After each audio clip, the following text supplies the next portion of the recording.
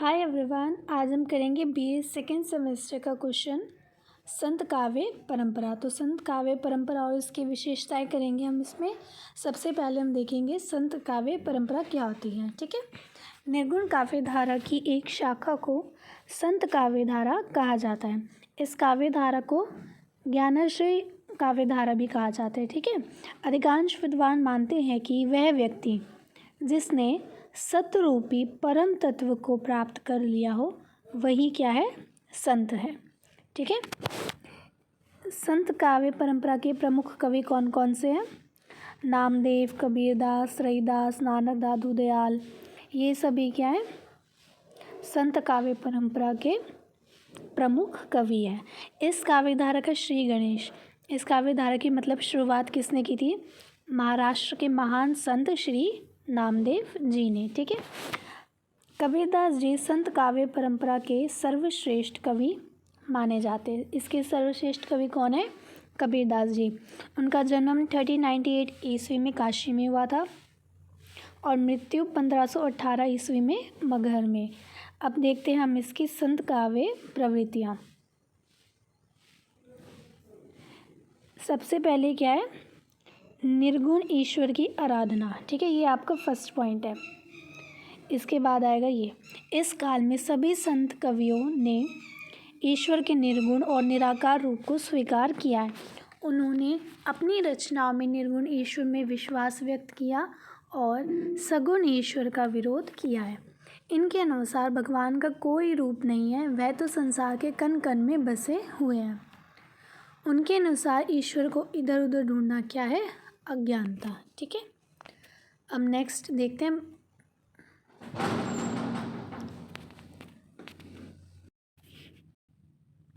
Next point है हमारा बहुदेववाद तथा अवतारवाद का विरोध। संत काव्य के कवियों ने ईश्वर के अवतार रूप का कड़े शब्दों में विरोध किया है। उनका मानना है कि ईश्वर का कोई रूप नहीं होता है, वह तो व्यक्ति के मन में बसे हुए हैं। इसके साथ ही उन्होंने ईश्वर की अलग अलग मान्यताओं को भी अस्वीकार किया तथा एकेश्वरवाद पर बल दिया। ये इंपॉर्टेंट लाइन है, संत कवियों ने एकेश्वरवाद पर बल दिया है। ठीक है, नेक्स्ट पॉइंट है आपका गुरु की महिमा पर बल। संत कवियों ने गुरु का स्थान सबसे ऊपर बताया। संत कवि सबसे ऊपर किसे मानते हैं? गुरु को। वे कहते हैं कि यह गुरु ही है जिसने हमें ईश्वर की महिमा से अवगत करवाया है। उनके अनुसार ईश्वर की प्राप्ति के लिए गुरु की कृपा बहुत आवश्यक है। एक दोहे में कबीरदास जी कहते भी हैं, यदि मेरे समक्ष यानी कि मेरे सामने गुरु और ईश्वर दोनों ही आ जाए तो मैं पहले गुरु के चरणों को स्पर्श करूंगा, क्योंकि गुरु ने ही मुझे ईश्वर को प्राप्त करने का मार्ग दिखाया है। ठीक है, नेक्स्ट पॉइंट है आपका रूढ़ियों, आडंबरों तथा जाति का विरोध। या आडंबरों आएगा। ठीक है, इसको ठीक कर लेना। निर्गुण काव्य धारा के कवियों ने समाज में फैली हुई रूढ़ियों तथा आडंबरों का कड़े शब्दों में विरोध किया। इन्होंने जीव हिंसा, मूर्ति पूजा, मस्जिद मज़ार, व्रत रोज़ा आदि का खंडन किया। तत्कालीन समाज यानी कि उस टाइम था जो वहाँ का समाज में सामान्य लोगों को सरेआम लूटा जा रहा था। उस समय में क्या था? सामान्य लोगों को सरेआम लूटा जा रहा था। संत कवियों ने धर्म के ठेकेदारों को धुतकारा और लोगों को इनसे दूर रहने के लिए कहा। नेक्स्ट पॉइंट है आपका माया के प्रति सावधान। संत काव्य के कवियों ने सांसारिक मोह माया को महाठगनी कहा है। ये इंपॉर्टेंट लाइन है, संत काव्य के कवियों ने सांसारिक मोह माया को महाठगनी कहा है। वे कहते हैं कि यह सांसारिक मोह माया, ये जो संसार की मोह माया है वो क्या है? ईश्वर और मनुष्य के बीच की सबसे बड़ी बाधा है। इसलिए इन कवियों ने इस महाठगनी यानी कि संसार की मोह माया से सावधान रहने के लिए कहा है। नेक्स्ट पॉइंट है आपका नारी के प्रति दृष्टिकोण। ज्ञानाश्रय शाखा के सभी कवियों ने नारी को माया के प्रतीक के रूप में स्वीकार किया है। वे कहते हैं कि नारी के प्रति इंसान मोहित हो जाता है और फिर उसके अंदर काम वासना की भावना आ जाती है और वह ईश्वर की प्राप्ति के मार्ग से दूर चला जाता है। इन्होंने एक और तो व्याभिचारिणी नारी की निंदा की है, लेकिन वहीं दूसरी ओर इन्होंने सती तथा पतिव्रता नारी की मुक्त कंठ से प्रशंसा भी की है। ठीक है। नेक्स्ट पॉइंट है आपका जाति पाति तथा सांप्रदायिकता का विरोध। कबीरदास तथा सभी संत कवियों ने जाति का कड़े शब्दों में विरोध किया। उनका कहना है कि मनुष्य को जाति पाति के बंधन से मुक्त रहना चाहिए, क्योंकि ईश्वर के लिए सभी मनुष्य क्या है, एक समान है। तत्कालीन दौर में यानी कि उस समय में ईश्वर धर्म के नाम पर बुरी तरह से बटा हुआ था। समाज जाति और धर्म के नाम पर आपस में एक दूसरे से वैर भावना रखते। इन संत कवियों ने इस भेदभाव को मिटाने का भरपूर प्रयत्न किया यानी कि प्रयास किया तथा लोगों को इन्होंने भेदभाव को तो मिटाने की कोशिश की, साथ ही लोगों को प्रेम पूर्वक यानी कि प्रेम पूर्वक रहने का क्या दिया, उपदेश दिया। ठीक है।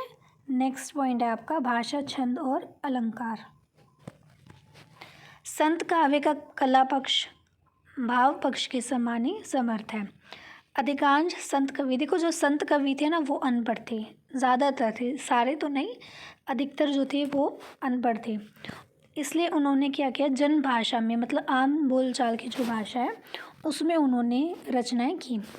उनकी वाणी अधिकतर गेय है। संत काव्य की भाषा में देखो आम बोलचाल की भाषा उस टाइम पे जो थी ना, उन्होंने उसमें रचनाएं की। तो उनकी भाषा कौन कौन सी हो जाएगी, ब्रज, राजस्थानी, पंजाबी, खड़ी बोली और अरबी फारसी के शब्द भी थे उनमें। ठीक है। संत काव्य में छंद, योजना और अलंकारों का भी स्वाभाविक प्रयोग हुआ है। संतों ने दोहा, चौपाई यानी कि जो संत कवि थे उन्होंने दोहा, चौपाई, छप्पे आदि छंदों का, यहाँ पे ना छंद आएगा, ठीक है, छंदों का विशेष प्रयोग किया। आगे देखिए, अलंकारों का भी संत कवियों ने बड़ा ही सुंदर प्रयोग किया है। सबसे ज़्यादा कौन से अलंकारों का प्रयोग किया है इन्होंने, अनुप्रास, रूपक, उत्प्रेक्षा, पुनरुक्ति, प्रकाश, यमक आदि। ठीक है। नेक्स्ट पॉइंट देखते हैं इसका रस योजना। संत कवियों ने अपनी रचनाओं में मुख्यतः मतलब इन्होंने मेन कौन कौन से रसों का प्रयोग किया है, शांत रस का। ठीक है। रहस्यवादी कविता में श्रृंगार रस का भी प्रयोग है। जहाँ पर ईश्वर की भव्यता और विशालता का वर्णन है वहाँ पर कौन से रस का प्रयोग हुआ है, अद्भुत रस का। और अन्य जगहों पर विभत्स रस का भी प्रयोग हुआ है। ठीक है। ये तो आपके हो गए पॉइंट्स। अब लास्ट में क्या रह जाता है आपका निष्कर्ष। संतों की वाणी का एक एक शब्द निसंदेह व्यक्ति, समाज, राष्ट्र, नैतिकता, साहित्य, संस्कृति, मानवता और विश्व कल्याण के लिए अत्यंत उपयोगी और प्रासंगिक है। इनके इस योगदान के लिए हिंदी जगत को ही नहीं अपितु संपूर्ण मानव समाज इन संतों का और इनकी वाणी का सदा ऋणी रहेगा। ठीक है। तो ये क्या थे आपका संत काव्य परंपरा और इसकी प्रवृत्तियाँ। ये टोटल आपकी 9 विशेषताएँ हैं। ठीक है।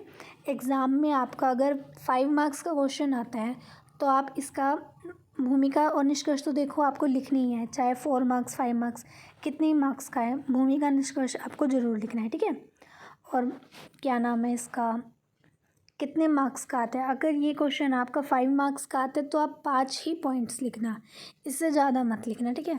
क्योंकि जितने नंबर का दिया जाएगा ना उतना ही लिखना, क्योंकि हिंदी का एग्ज़ाम लेंथी होता ही है। क्योंकि अगर आप ज़्यादा लिखोगे तो ये भी हो सकता है कि आपके क्वेश्चन छूट जाए। ठीक है। और एग्ज़ामिनर भी ये पसंद नहीं करेगा कि आप अगर 4 मार्क्स का पूछा गया तो आप उसको 6 या 7 नंबर के हिसाब से लिखो। ठीक है।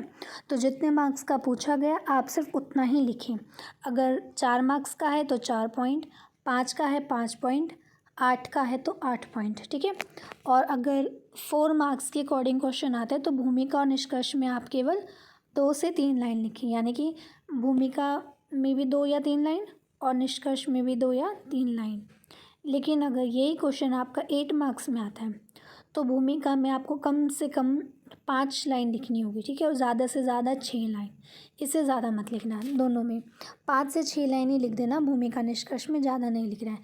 और जो आपके पॉइंट्स हैं ना उनके अंदर मतलब उनको ज़्यादा लेंथी मत बनाना। जैसे ये रस योजना है, ठीक है, इसमें मेन जैसे 1 2 3 4 5 इसमें 6 लाइनें दे रखी है, सॉरी 5 लाइनें दे रखी हैं।